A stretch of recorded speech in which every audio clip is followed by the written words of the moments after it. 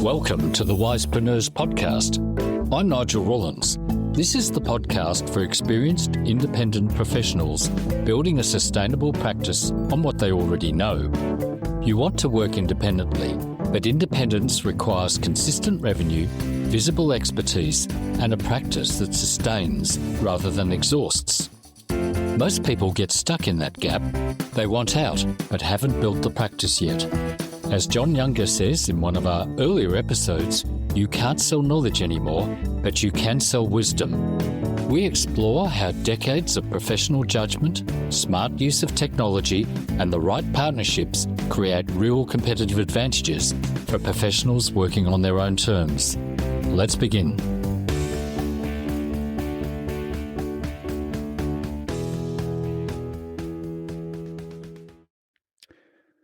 Building a consulting practice through relationships started for Michael Zipursky with 30 cold emails sent to design firms in Osaka, Japan. 2 or 3 responded. One conversation became the foundation for years of business relationships across Asia. That early lesson runs through everything Michael now teaches at Consulting Success, where he's coached over 1,300 consultants across 75 industries. The pattern he sees is remarkably consistent. The bottleneck is almost never tactical.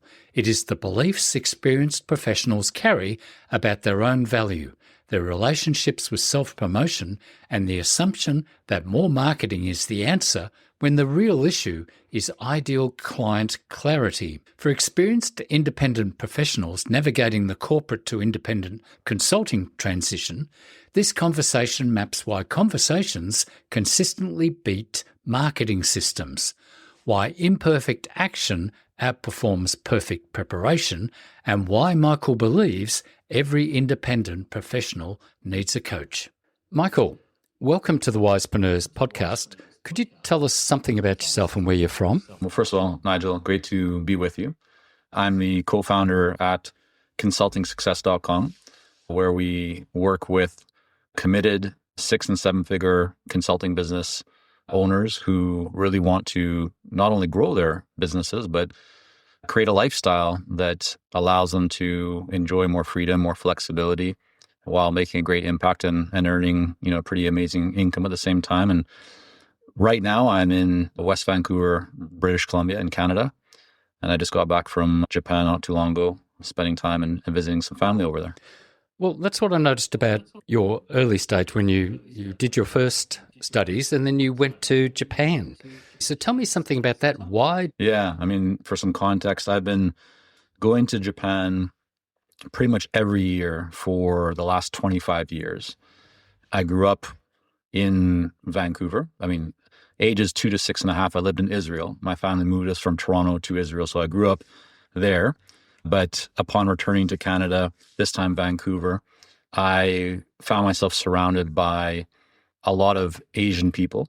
And I absolutely loved that. Growing up in Israel as a very multicultural society and a lot of different influences from people all around the world, that always drew my interest. And I found that as I kind of progressed through elementary school and then into high school, I remember my high school, the one kind of hallway of lockers, if you will, almost everybody around me was either from Taiwan or Hong Kong or China or Korea.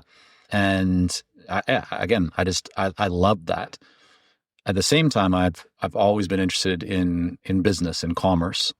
And going back all those years, the number one economy in Asia was Japan.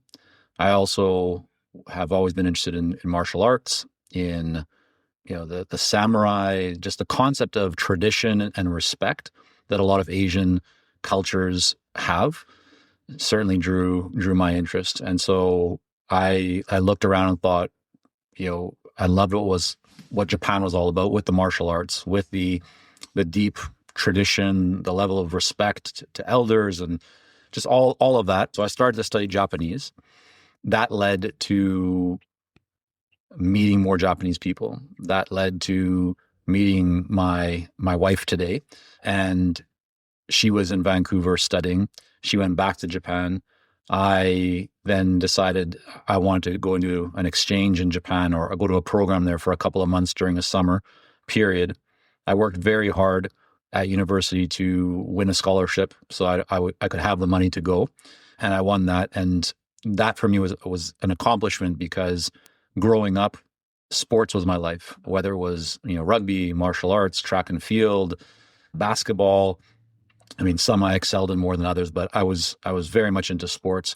So, and I was not into academics at all, Nigel. I was terrible at academics. I didn't read a book until probably the age of 15, maybe. I mean, like no books.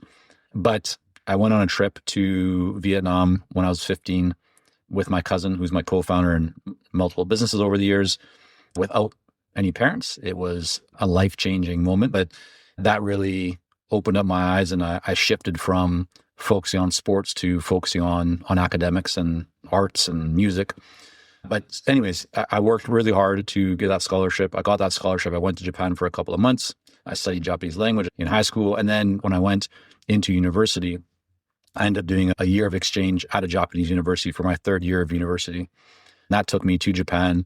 I had already had a business at that point. And so I started doing business on the side in Japan while I was studying at university. Absolutely loved that. Did not want to come back to Canada to finish my degree because I felt, why do I need, the education? I'm already learning so much by doing business and by interacting with people. I asked both my parents. I've always respected their perspectives, and they both said, we think you should do it. They're not entrepreneurs, but I respect what they said, and so I decided, okay, I'll come back. And so I finished my degree, and as quickly as possible, I went right back to Japan, and that's really when I leaned into opening up a branch office for our consulting business that we had at that time. Spent the next 5 or 6 years living in Japan, working with some very large organizations like Panasonic and the Dow Jones and Financial Times and Sumitomo and Omron, and a whole bunch of other big players, helping them to communicate more effectively and to develop marketing materials for English-speaking markets. So that's part of the journey to Japan, if you will. So there's a couple of things that are fascinating there. You didn't read to 15, yet academically you did okay. And you're living in a different culture, and you're also selling to the Japanese as part of your consultancy services. But the other thing too you mentioned, I went to Japan last year for the first time ever, and I just loved it. As you said, the discipline, the respect, the friendliness, the cleanliness. It's a very organised society compared to maybe what you see and what I see in our own countries. Sure. But you were running a business, living in Japan, so your Japanese must have been getting better at that? I mean, to clarify one thing, you mentioned I didn't read a book, I didn't study very much, but I was not doing okay academically in those early years. It was only around near the end of grade 10 over here, so call it 15, 16-ish, maybe 16 years old, when I decided to really lean into starting to study. I went from always sitting at the back of the class, scribbling notes and doodling, to sitting at the front of the class and actually paying attention and taking notes. So it was a very big transition, but yeah, I was not great at all in my studies or academics. That only really happened later when I made that change. But to your question, in Japan and speaking Japanese, we were a very small company. We didn't have a big budget to hire interpreters and somebody to kind of guide us along. And so I really had to lean on my Japanese skills. I spent a lot of time in Japan listening more than speaking because, especially the early days, I put myself in situations where I was the only foreigner for what felt like miles, going into little what they call izakayas. They're like little Japanese kind of bar restaurants, if you will. And this was back in the day where you could smoke. And so these would be smoke-filled rooms. I don't smoke, and I didn't really like that, but it was part of the culture. And I would sit with people who, in many cases, so I was in my early 20s, they were in their 50s, 60s, sometimes even older. These are presidents or, chairmen of organizations or very senior executives. And I was just this, guy from Canada. But that taught me a whole bunch of things. One, that there's a reason that I was there. So even though most of these people were older than me, they were on paper more financially successful than I was. Like they had a longer track record, all these things that they had, I didn't have, but there was something that I had that they didn't have, which was a different perspective. And so that's really the value that I kind of grasped and positioned and put at the forefront. But I think maybe what you were getting at, and correct me if I'm wrong on this, but how can someone like me in that position get into these large organizations? And there's a word in Japanese, which is Kankei, and Kankei stands for relationship. And so Sam, who's my cousin, business partner, we've always been very big into this concept of relationships, so much so that we named our company at that time Kankei culture, so relationship culture.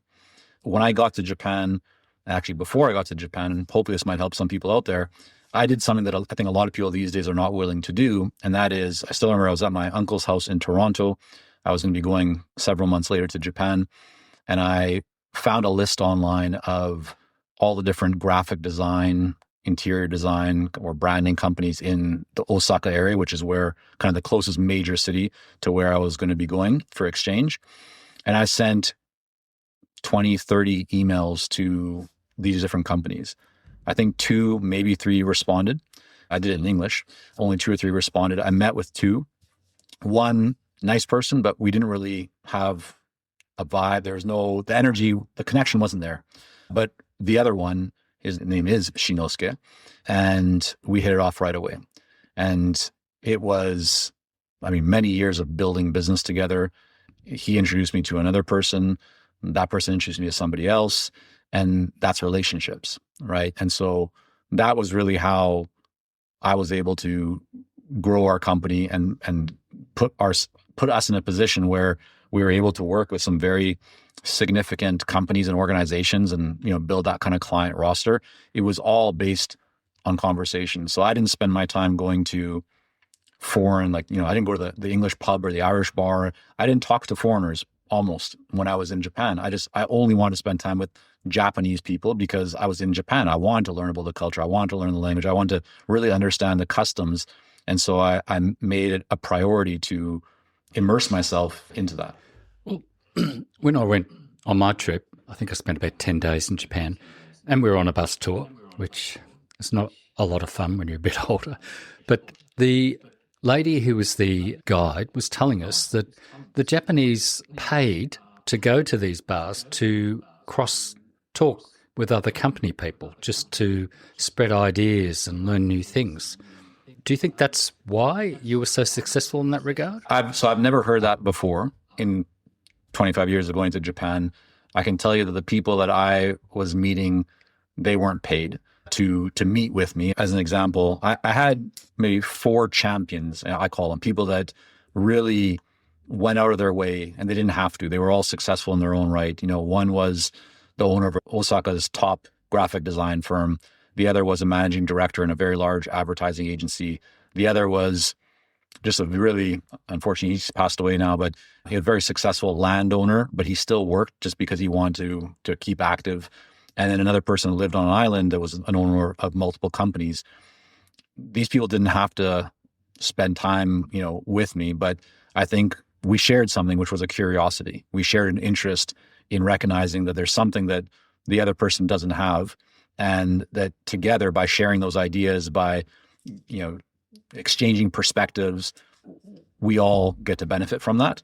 And so that was really special for me. And I'm forever grateful for that, because I got to see aspects of Japan that at that time, very few foreigners or people would, just because it's those aren't easy situations to find yourself in. But the only reason I think that I was able to do that, it wasn't because of, so much because of me or anything I did. The only thing I did was listen. I showed up, I was myself, I listened, I was, of course, very respectful, but I just listened, and I learned so much from that, and that led to all kinds of good things. So I can't speak to this whole idea of being paid. I've never heard about that before. So I think what you're saying is that they are given money so they can actually buy lunch for the other person or dinner for the other person. Yeah. Sure. Yeah. That definitely can exist. There's a very big culture in Japan. I'd say it's trending downwards, as most places in the world are. You're seeing alcohol sales go down, sales of non-alcoholic drinks go up. But when I was spending my time in Japan, common term was nomunication. And nomu is the verb for to drink, and then cation comes from communication. And so the idea and kind of this understanding is that in Japan, the way that you learn to really communicate with people is by having drinks. And you see people that have a pint of beer, whatever, they loosen up. So you have honne, which is your internal, like what you really believe and think, and then you have tatemae, which is what you express but don't necessarily, it's not really the truth. And so Japanese have this divide between what they're willing to share with somebody if they don't feel 100% comfortable, and what they're really thinking. But the job of alcohol, if you will, that it often can play is it kind of breaks that barrier. And so what you find in Japan, which I always found very fascinating, Nigel, because I experienced this multiple times, where you would see somebody in a business setting. So they're at work, they're in the office, and they're straight-faced, very serious, almost no smiles, doing their thing. And then you go out with them that evening. And this has happened multiple times where like people get drunk. I mean, they don't just have a beer or two. Like, you can tell they're wobbly. Sometimes they're even like, they get sick. And then the next day you come back to work and it's like nothing ever happened. Whereas, in the environment I grew up in, you'd be concerned about that person. You'd be like, are you okay? Yes. It's just, there's a complete separation, but people work hard and then they let go. And it's in that time where they kind of let go and open up that the real, communication kind of starts to happen. And so I think that's, from what you're referring to, there's definitely that component of people trying to find ways to enjoy time together that is not only in the office.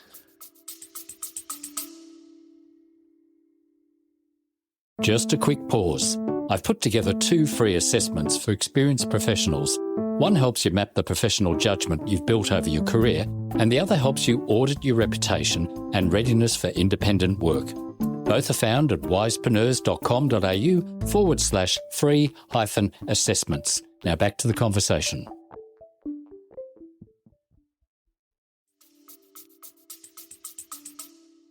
The other thing you mentioned was martial arts.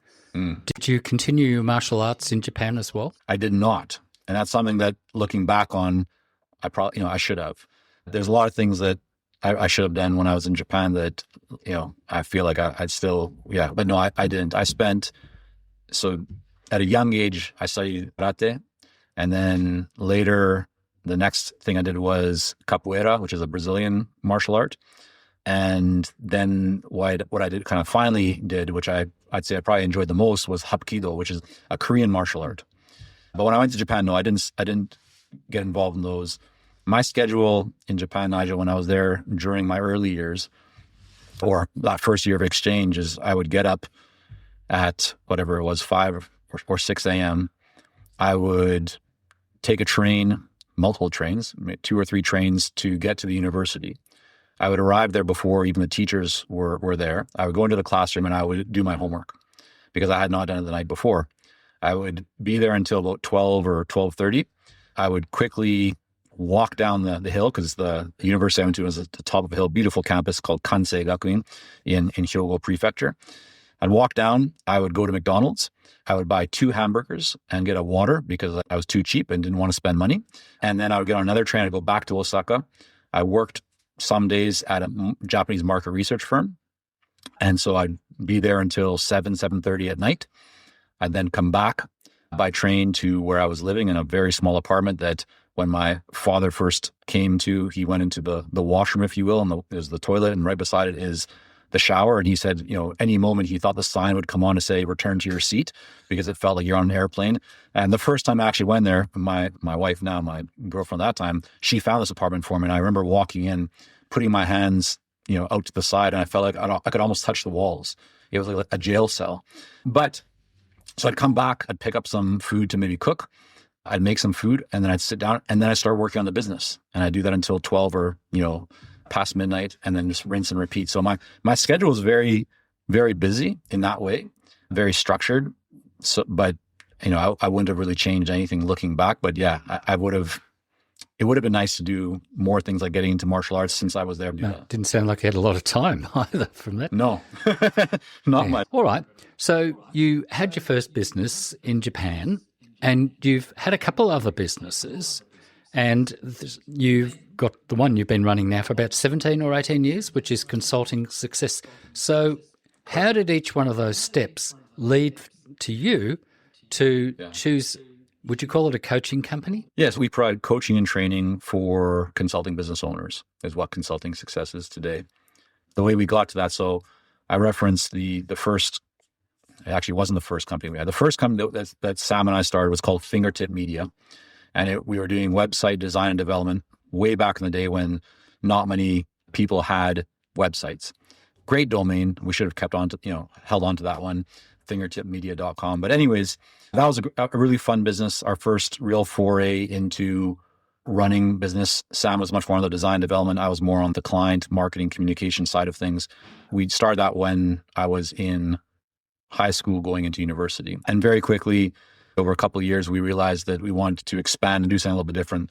And that led to creating Kankei Culture. So that was the company we had for 5 or 6 years and really took off in Japan. When I returned from Japan, I decided that Sam and I would kind of go our own ways and do something a little bit separate. So when I returned to Canada, I started a company called Relagy Marketing. Again, back to the relationship. So Relagy stands for Relationship Strategy Marketing. And the focus of that consulting business was helping professional services firms with lead generation. So I worked with a lot of other consulting firms, insurance companies, investment companies, that kind of stuff, and did that for several years and had a lot of fun with that.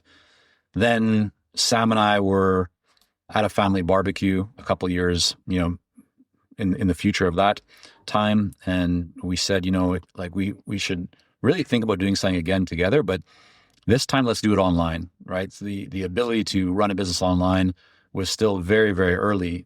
Both of us have always loved the idea of, traveling. We're still, he travels a lot more than I do these days, but we've done a lot of traveling. We like this concept of being able to live and work anywhere in the world. And so we thought, let's try and see if we can create something online together. And so that's really how we started Consulting Success. Now, when we started Consulting Success, we didn't do it with a clear business plan. We just thought about, where do we have a lot of experience? Where can we share information? And this is in the early days where a lot of websites were running what was called Google AdSense. People, if they clicked on a website or viewed your website, you could make money from that. So we thought about, should we do that? Ultimately, we realized we didn't want to get into the advertising business. And a lot of those advertisements just made your website look terrible.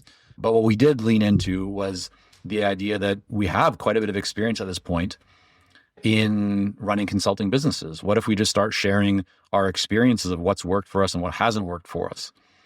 And that was just through a blog, sharing initially free information. And we had a lot of people, surprisingly to us, that started paying attention and subscribed. And they said, hey, do you guys have a course on how to build a consulting business or become more successful? And we said, no, we'll create one. And so we did.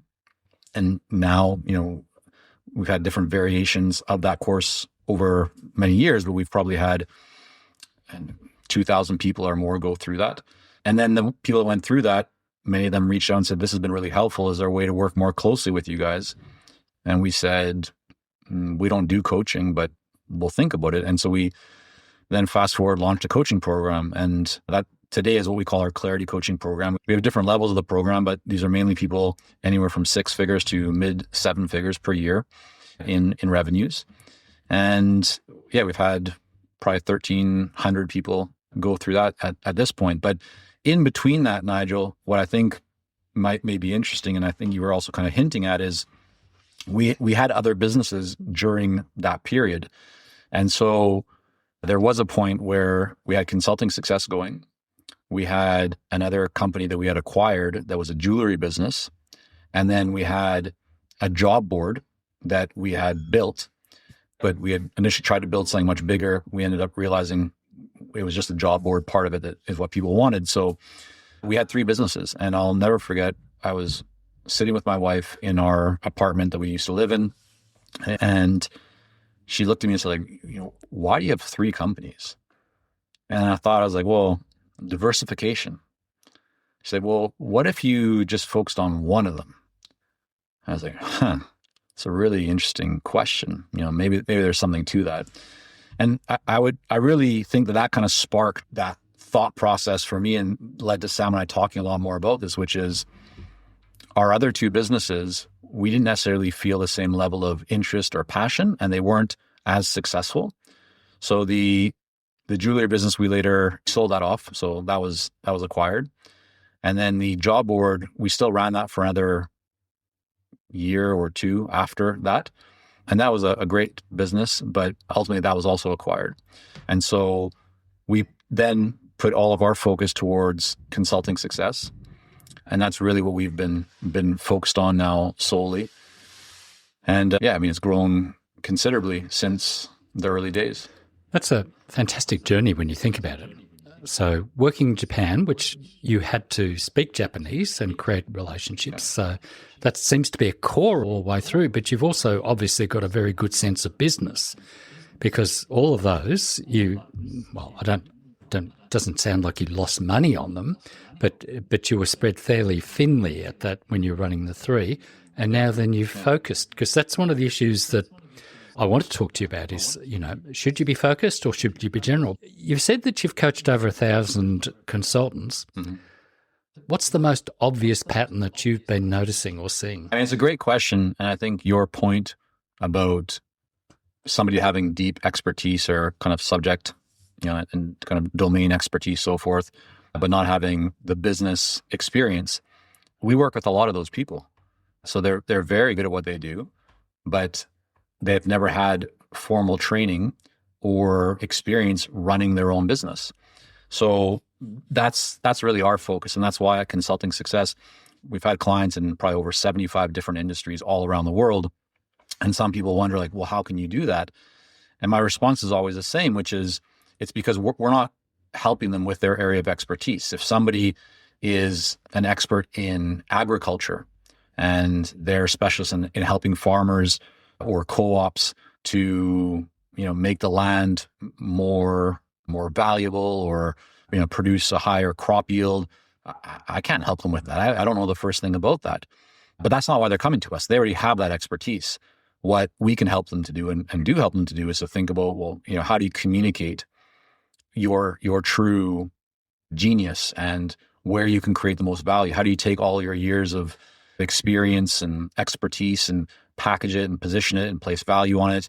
How do you develop a pricing strategy around that can shift you away from hourly fees where there's a lot more leverage? How do you build a marketing engine so that you're actually being able to bring in ideal clients, into your world, into your pipeline, and have a lot more conversations with qualified people? How do you then, grow the business, scale the business, build a team around it, get systems in place? So to your question, Nigel, the patterns are I could certainly say, yes, there are some overarching patterns, but it also really depends on what stage and level of business owner we're talking about. As an example, somebody who is earlier stage in their journey, they generally are not very clear about who their ideal client actually is. They're too general. They're not specialized or focused enough.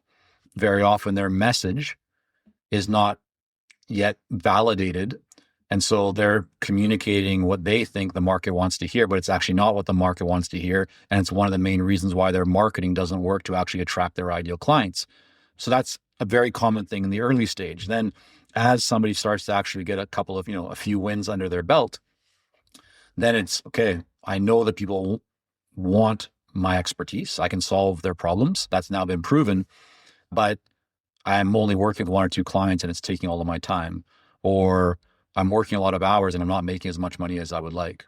There has to be a better way. Or I've got these 2, 3, 4 clients, but it's all just been from referrals and there's no consistency to it. I don't know how to repeat that. I don't have an actual pipeline. Like, it's just been kind of luck, if you will, in my network. So that's a very common challenge in that kind of middle phase, if you will.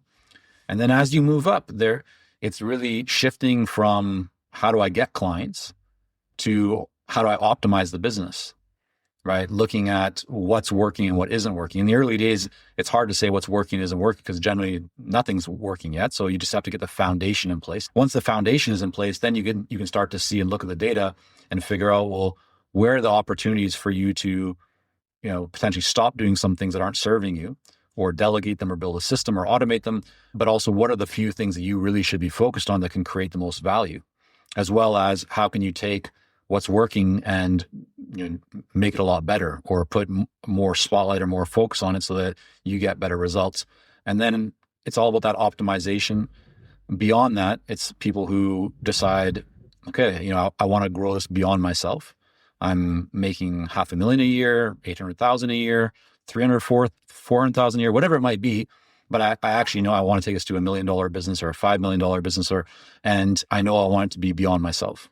And so then, you need to start getting into leadership and vision and KPIs and scorecards and teams and systems and all these other things that are required, because you go from essentially being a consultant to being a CEO. Mm. And that's a very different skill set, and something that for a lot of people, they don't have experience. Some do have experience. And one, I'd say, kind of trend, if you will, or common occurrence is that they'll leave the corporate world because they're tired of all the management, all the politics and all of this. So they want to become consultants. They get into consulting. They do very well. They swear to themselves they're never going to hire anybody else. They just want to be solo. But their success is there, and they start realizing, you know what, I could do a lot more. I could grow my income. I could actually have a business that doesn't fully rely on me. And so some people obviously decide that they now want to build that team and get the systems in place. So that's really I call it the scope or the range of patterns that we see. And we can go deeper into any one of those that you might like, but that's certainly what we encounter. So I was thinking in terms of at what stage would a person who's been in a corporate area and has built up some expertise, what stage are they going to benefit from moving out? I mean, if they move out too young, they haven't probably got a lot of experience. And we do know in corporate that all of the marketing, the sales, the accountings, and the management is all done for them. All they have to do is their job. Sure. So I would assume there's a bit of a culture shock when they come out and go, what have I done? Is there a good way for them to transition? Yeah, I mean, it's a great question and topic. For some people, it's more of a culture shock than others. For some, their minds are already wired to understanding invoicing and client communications and all this kind of stuff. But for many, it's not comfortable. I would say the bigger shock is not so much the management of these new kind of systems, or it's not like the administration part. But the big shock for a lot of people, or area of contention or challenge, is that when you're working inside of an organization, the product or what you're selling or promoting it's not you. Right? It's either the company, the brand, or a product that you have, or a service that you have, but now you are the product, you are the service.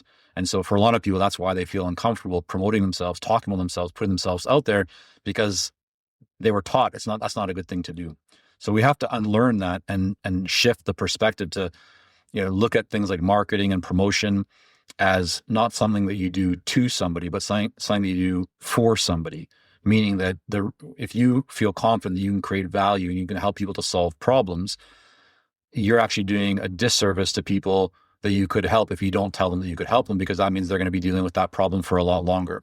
So I'd say that's a bigger challenge. But to what you brought up, the right time, there's like that Chinese proverb, and I'll just kind of paraphrase it, but it's, when was the best time to plant a tree? It's like 20 years ago. When's the second best time? It's like, today or yesterday or whatever. Just the idea being that the sooner you start, the sooner that you're going to start seeing results. And so we've helped hundreds and hundreds of people navigate that transition of being in corporate or some senior role and wanting to get into consulting. And the factors that I generally share with people that are important to consider are, number one, do you actually really have expertise that you want to continue building on? Some people leave what they've been doing and they want to start, consulting in something that they have no experience in. And it's not that you can't be successful in doing that. You just have to be prepared that it's going to take you a lot longer generally to get results, because you have to build up a body of work and, get people to actually trust you that you have that expertise. But if you have expertise and you can lean into that, that becomes a very, an accelerant, if you will. The second is a network.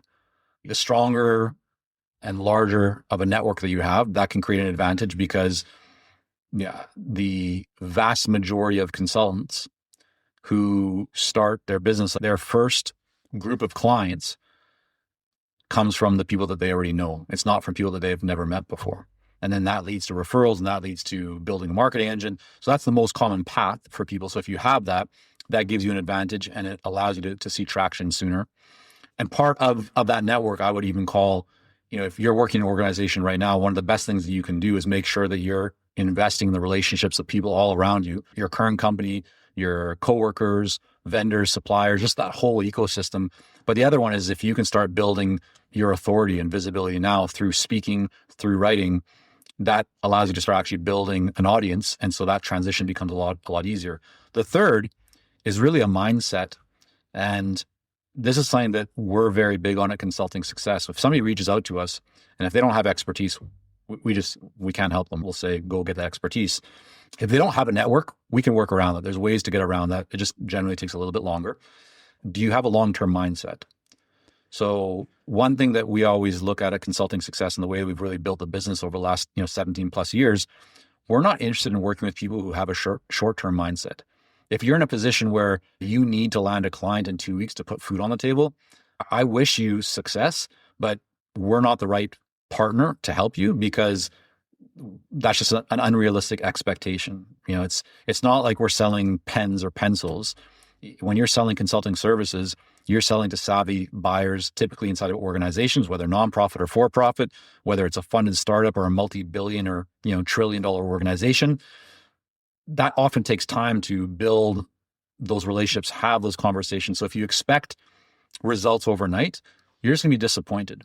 People that have a longer-term mindset, they're open, they're coachable, but they're willing to put in the work. They're not looking for excuses. And again, they're allowing themselves to have a longer time horizon. They're the ones that will always be the most successful and the ones that we love working with the most, because we know that if they can give it that time and they can be committed to it and they're serious about it, that they will be able to create the business of their dreams. I think that's very, very clear. At what point do they realize they do need to spend good money, and good money over a long term with a company like yours, Consulting Success, to get themselves on track? I'd say it's case by case. So first of all, not everybody does. There's going to be people out there that maybe they can figure everything out themselves. I think that it depends on, the kind of person that you are and what's most important to you. If money is the most important thing and you want to conserve and hold that, and you're willing, therefore, to put in a lot more time and have a lot more kind of failed starts, do a lot more trial and error, spin your wheels, then if you don't have the cash to invest, or if you don't want to try and be creative and find a way to get it, then you just have to do what you have to do. But for those that have some savings and they're looking at it, I remember one client specific, his name is Elliot, still a client today. When he got started, his goal was to replace his income, I think within 2 years. And he did it in about 6 months. And he said, the best investment that I can ever make and everyone can ever make is an investment in themselves. And so whatever that is in your field, if you can find somebody that's already been where you want to get to, if you have a way to make that investment, how can there be a better investment? You're investing in yourself, right? You're figuring out and learning what are the things that I should avoid? What are the things that I should do right now? And so that's not just about the work that we do. There's lots of, in all areas of life. But what I often kind of come back to, Nigel, is find one person that is the top in their industry or, ultra successful that hasn't had a coach, a mentor, or somebody that has helped them. And it's very hard to find that because most people who are high achievers, they're not people who just sit around trying to figure things out themselves. They're open to feedback and they recognize that there's a much faster way to get results. And that's simply finding somebody or something that can show you the path to get there. That's actually one of the reasons why I went from not reading a book at all to, writing several books, but also I devour books. I love books. I think I realized, when I was in Japan one year that I could go to a store, I could pay 1,000 yen. So, I don't know what that is now in Australian dollars, but call it maybe like $6 American. And you could buy a book. And a book is something that they're sharing. If it's the right book, they're sharing, 15, 20, 30, 40 years of experience. Where else can you get that? Like, that's just so tremendous. So just to get, for your question, I think it's a long answer to what you asked, but it depends on the person and not everybody necessarily needs that. But for those that want to accelerate and who value their time more than they necessarily value their money initially because they see the long-term potential. I've personally never found a better investment than investing in myself. And we eat our own dog food. We've spent hundreds and hundreds of thousands of dollars, maybe even $1 million at this point, in our own coaches and programs, because I always want to learn from people around me. There's always more to learn. I have to totally agree with you. I did speak to another business coach, Melissa Lieberman, recently, and she was telling me that she hires coaches for herself in a number of areas so that she keeps improving. After speaking to her, and I have listened to a couple of your podcasts, I decided, because I was thinking, after, like I've been going 20 or 30 years now, running marketing services, which is back-end stuff, should I do coaching? And I had it up on the website, and after talking to Melissa, and I've spoken to Melissa a couple of times and listening to you, I made the right decision to take that off my website because it's not what I want to do. I don't have that patience. Sure. But I have had the luck of working with a former Hewlett-Packard marketing manager for 20 years. And he taught me a lot of frameworks because I had no idea about business when I left. I was a teacher. Right. Yeah. And he taught me the deep frameworks, and that is ingrained in me.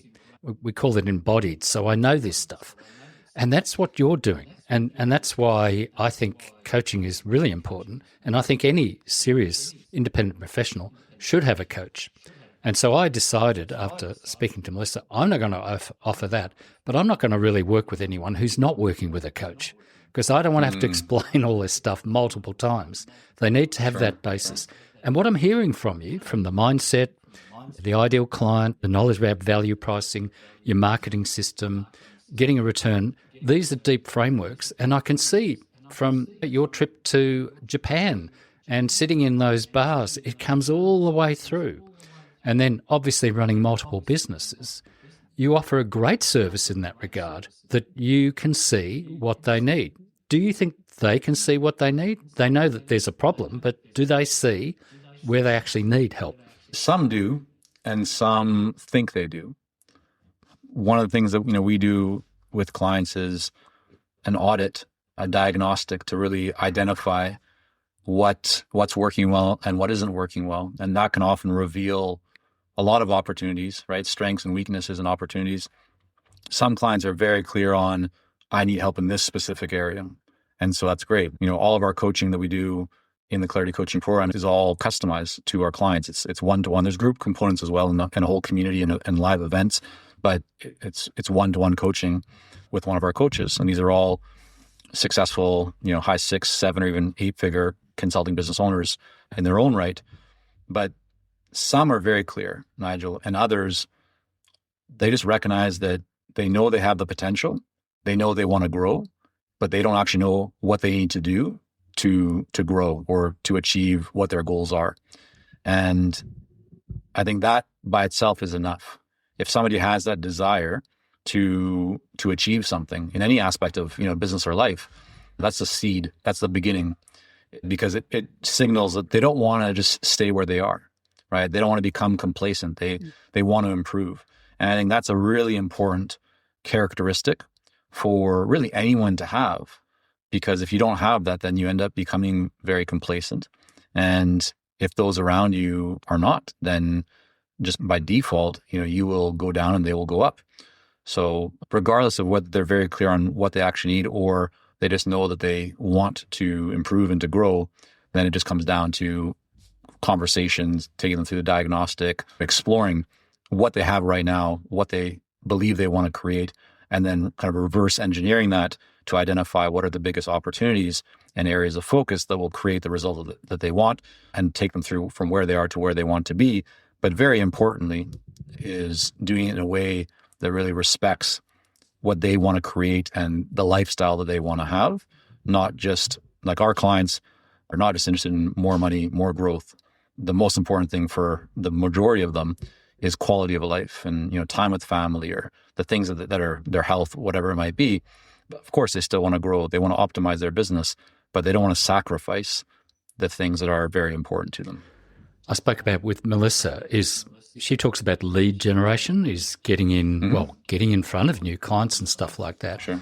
And she thought that one of the problems was that they didn't take enough time to do the marketing. So we know in a business, you've got to sell your product, which is your expertise, but you still have to run the business, but you've also got to market the business. So again, coming out of a larger company where a lot of that's done, do you find that you need to say to them, you do need to spend time on some of these areas, not just doing the work? For some people, yes, I would say that is a true statement in my observation and experience.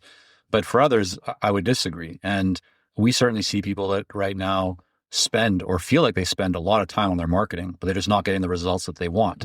And so if somebody clearly is not spending the time, then it becomes very important to make sure that there's a system around that and, clear expectations for them or for their team. There's measurement in place, because I've witnessed countless clients over the years who have built very successful businesses, and they've essentially, said, Nigel, that I'm booked out, I'm good, I'm so busy right now. So they don't have time to work on their marketing. They kind of take their foot off that proverbial gas pedal. And while they were expecting that things would go great for another 2 or 3 quarters, one client pauses, one drops off, the project that was supposed to start gets delayed, and they've lost all their momentum. So we always advocate that it doesn't matter how busy or successful you are, you need to make sure that you always have some marketing going. I was actually just speaking to a client in Europe earlier today who runs a solo consulting business, has absolutely no desire to bring on anybody else, has a few contractors that kind of support here and there, but it's largely this one consultant. And they run a very high 6-figure business themselves. They need to keep marketing. Their whole 2026 is essentially booked out. But I still said, you still need to keep marketing, and they are. So that's important. But again, there's others out there who might be listening, or they would resonate with this, I believe, who feel like, I've been doing a lot. I've been trying everything that people have been telling me. I'm doing the LinkedIn, I'm doing this, I'm doing that. It's just like, I'm spending time, I'm just not getting the results. And so that then requires a bit of a deeper dive and analysis to see what's going on. What are you doing? Why is it maybe not working? And then some cases it's that, it's not about how much time you're spending on it. It's just that what you're doing, like there's a missing piece. And so we need to fix that so you can start seeing greater results, and then build a system around it, because in most cases, the business owner shouldn't be the one that has to drive all the business, or that everything relies on them. I agree with that. And I'm noticing more so now that you can have a fairly large turnover business with one person, because with maybe subcontractors who assist, or some fractional people can help. But we've also now got AI working. Are you starting to see how that can be part of a business? I mean, AI is huge. It's the future. Anyone that right now is ignoring it, or, kind of putting their head in the sand, hoping that the trend changes, I think will be disappointed, because what we're seeing today is likely the worst it's ever going to be. It's only going to get better from here. We're doing a lot with AI in terms of running trainings, masterclasses, providing resources, all kinds of tools for our clients to help them to leverage AI. Many have already been building their own use cases or tools or GPTs and so forth. So yeah, we're big believers in this. And our stance on this from the beginning, Nigel, has been that, AI is not going to replace consulting. Like you often saw those headlines months ago where people are like, AI is going to kill consulting. And it's like, yeah, that'll get the attention. But if you dig deeper, AI will kill the consultants that don't use AI, but the consultants that know how to use AI efficiently, effectively, I mean, it's really amplifying your ability. So that's what we're trying to put at the forefront with our clients. We're not trying to suggest that people become AI consultants. You don't have to be a technologically kind of savvy person, but I do believe that it's important that you understand AI from a few different perspectives. One is, how can you use AI to grow your business? Number 2, how can you use AI to streamline essentially the operations of your business, or the delivery of your business, so the internal. And then the other aspect is, what is the impact of AI for your clients, right? For those that you work with. And I believe that, especially that last one, I think every consultant needs to look at all 3. But the last one there is one that a lot of people don't spend enough time thinking about. Yet, if you truly want to be a thought partner and an advisor to your clients, then you owe it to them, you owe it to yourself to study those impacts, because your job is to help your clients be successful, to help them to kind of, as Rita McGrath says, see around the corners before you get there.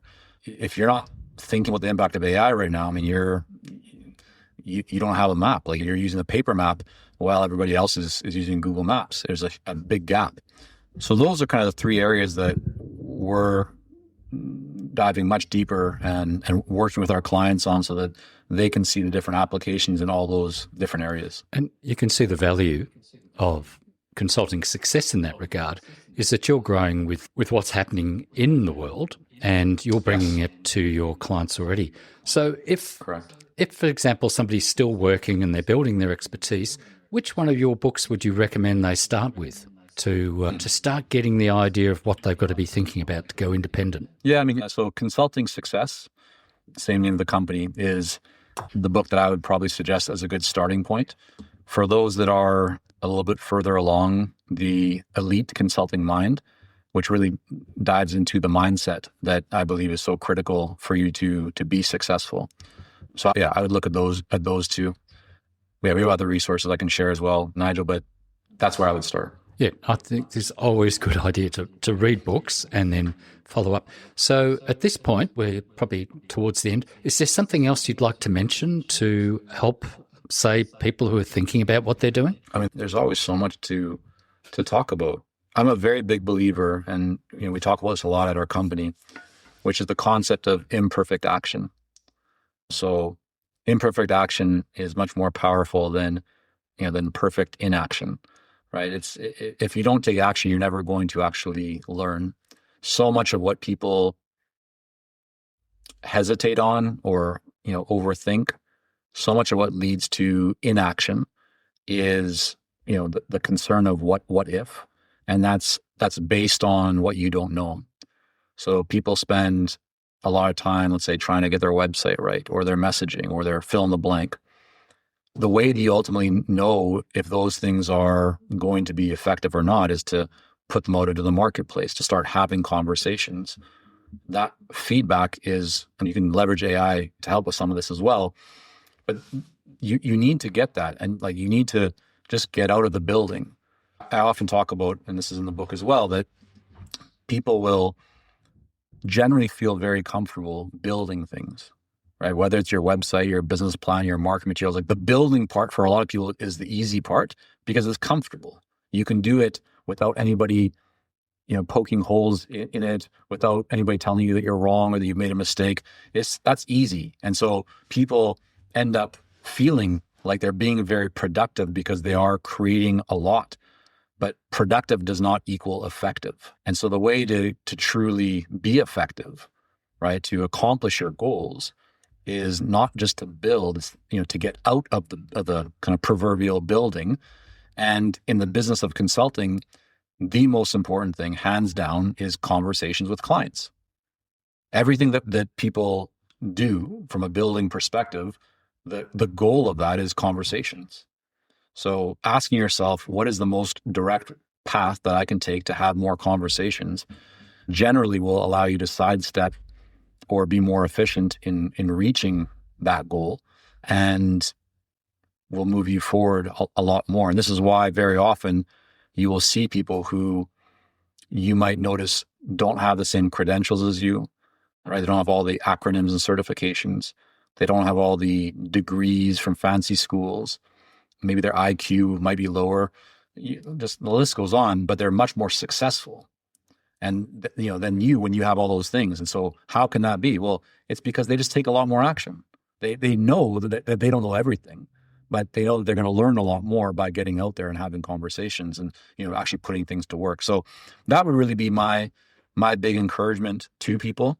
On the AI side, we just actually put out a report that goes a lot more deeper into the opportunities with AI for consulting. I think that's right on the homepage at consultingsuccess.com if you want to grab. That's completely free. But yeah, that's really what I would share with people, is just that for me, Nigel, the thing that is most exciting about business is that you can truly build the business that you want, You just need to be intentional about it. You can't do that when you're working a job. You are in a business environment. If it's your business, you're the master of your own destiny. The choices that you make create the outcomes that you desire if you make the right choices. And so I think that's just such a tremendous opportunity for anyone. It's not necessarily right for everyone. It's not easy, but if you're committed, you really can build something very special. And I think that's perfect. And it really does help by having somebody who knows the ropes and can guide you through. And if you're lucky, like I was, to have a mentor who works with you, that's fantastic. But if not, you really do need to pay for this. I think the longer I've been in business, the more important I'm seeing this is because it's hard out there and you do need that support. So, Michael, how would you like people to connect with you or find you? Yeah, so I think 2 places that are easy to reach me through. Either just go to consultingsuccess.com. It's kind of home to everything. We have lots of free articles, resources. We do studies and publish the results of those. It's all at consultingsuccess.com. We're also LinkedIn, where I'm fairly active, and you can just look up my name, send a little connection request, and I'd be happy to connect. You've also got a podcast, haven't you? I do, yeah, the Consulting Success Podcast. So feel free to check that out. I was talking to somebody about this earlier today. 371 interviews, I believe, but the actual podcast, if you go to iTunes, were I think 463. So because we do solo casts and some bonuses, but yeah, we've been doing this for many years, and we have amazing guests that come on, and it's always nice to share people's experience. So I would highly encourage people to check that out. Spotify, iTunes, whatever you use to listen to podcasts. Well, I've listened to a couple and I thought they were great. Michael, thank you very much for being my guest. It's very much appreciated. My pleasure, Nigel. Thank you for having me. I enjoyed the conversation. Thanks for listening. If today's conversation resonated, 2 things are worth checking out. The free assessments at wisepreneurs.com.au/free-assessments. They'll help you get clear on what your experience is actually worth and where to focus on next. And sign up for the Wisepreneurs newsletter. Practical ideas for building a practice on your own terms every Tuesday. Sign up at wisepreneurs.com.au/newsletter. I'm Nigel Rawlins. See you next time.